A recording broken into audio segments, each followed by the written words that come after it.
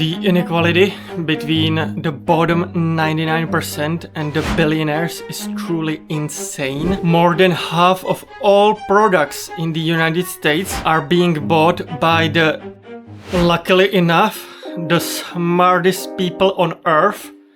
The brightest people on earth are all today here. My followers, my true believers. We all gathered here, and so today, together, we all together will explore the depths of inequality in the United States,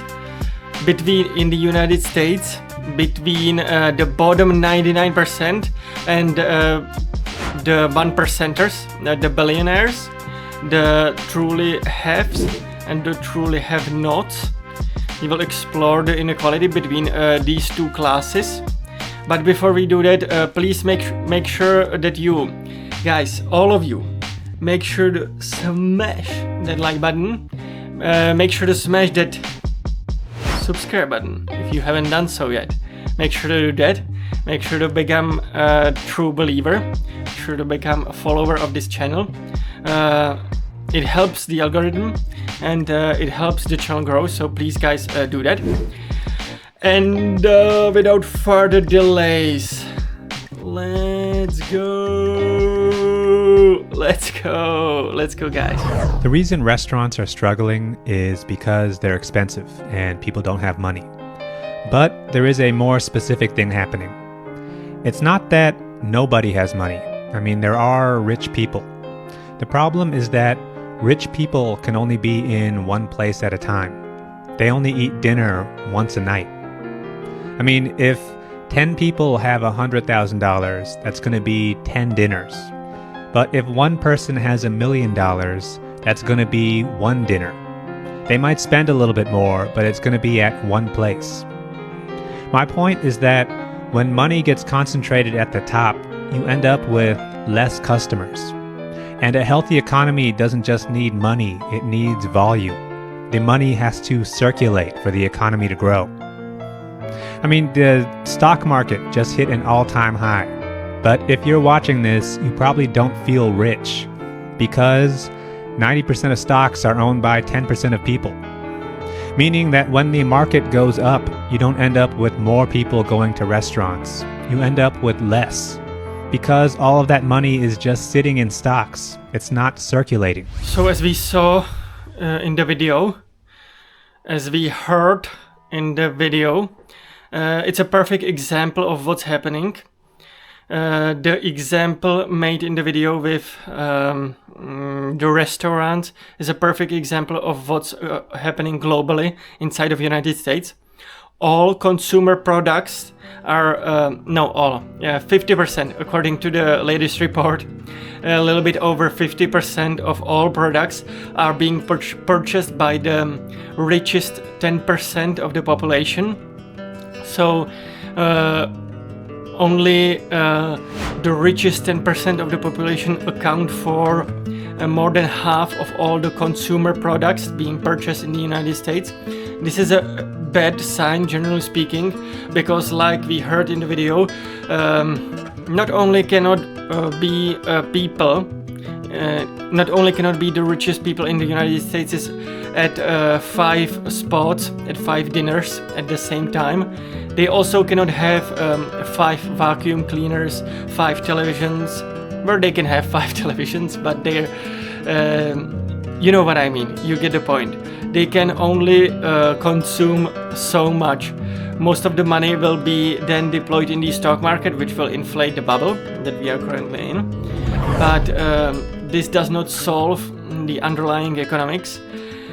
One of the other issues that is very, very common when we have huge amounts of inequality in a society, in one particular society, what tends to happen is the rise of criminality, the rise of crime, the rise of violence in the society.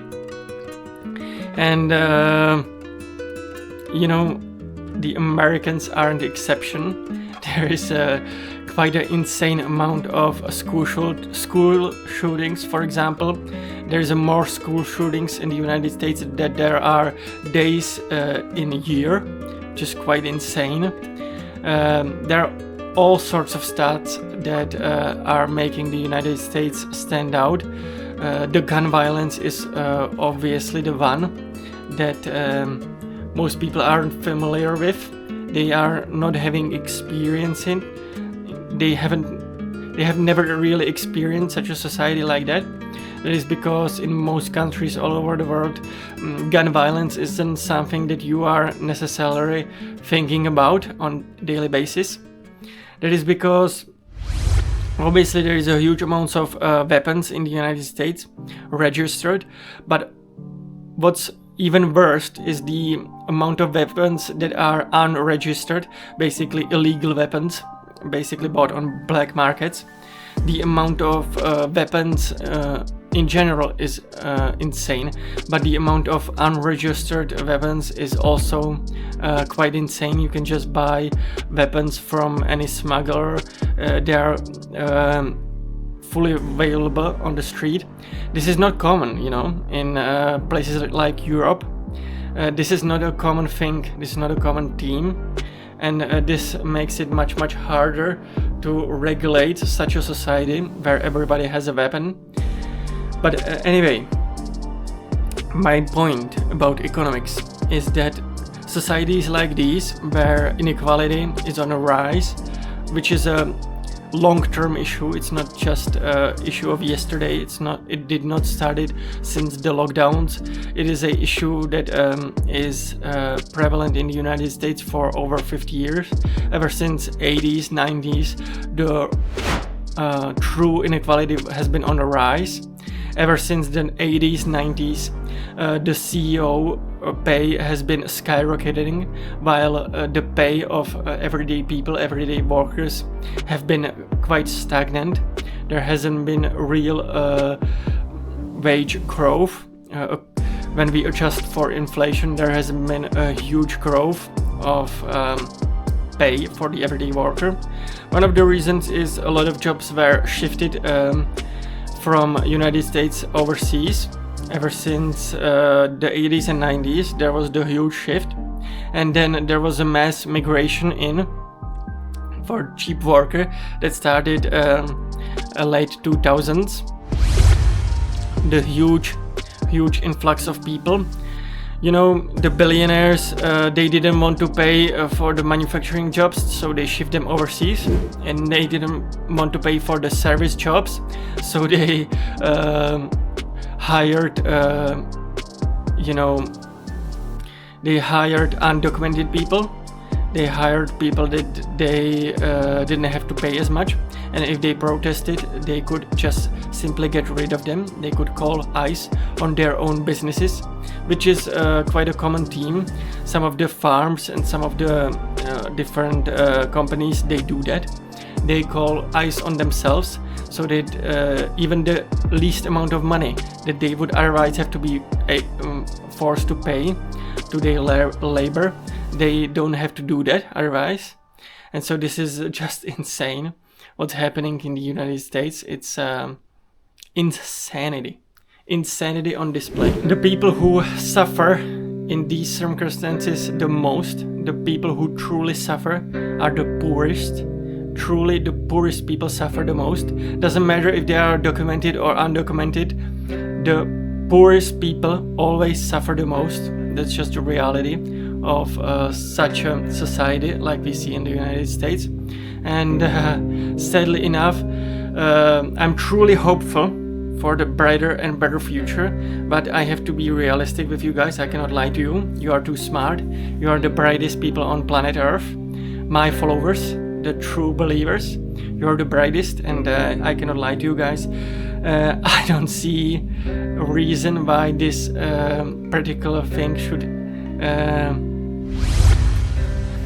why there should be any difference anytime soon. The inequality may actually worsen. The inequality is worsening every single day, and so I don't see any real reason why there should be any big shift anytime soon. Hopefully there will be. Hopefully there will always be a brighter future, and I'm truly optimistic for the future. But realistically speaking, times are tough. Times are tough in the economy. Times are tough because of all the military conflicts all around the world.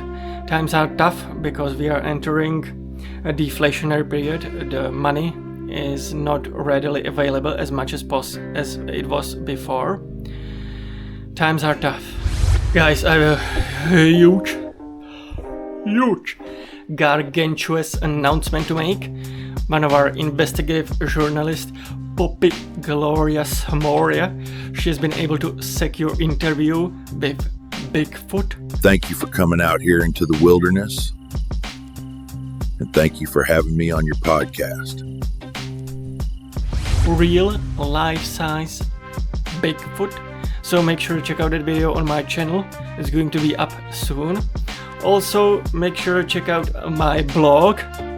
It is amazing, unique, and only the brightest and smartest people will be able to appreciate its uniqueness. And so if you are one of those people, if you are a true believer, make sure to check out that blog. You will be impressed, I'm sure. Also, make sure to smash that like button.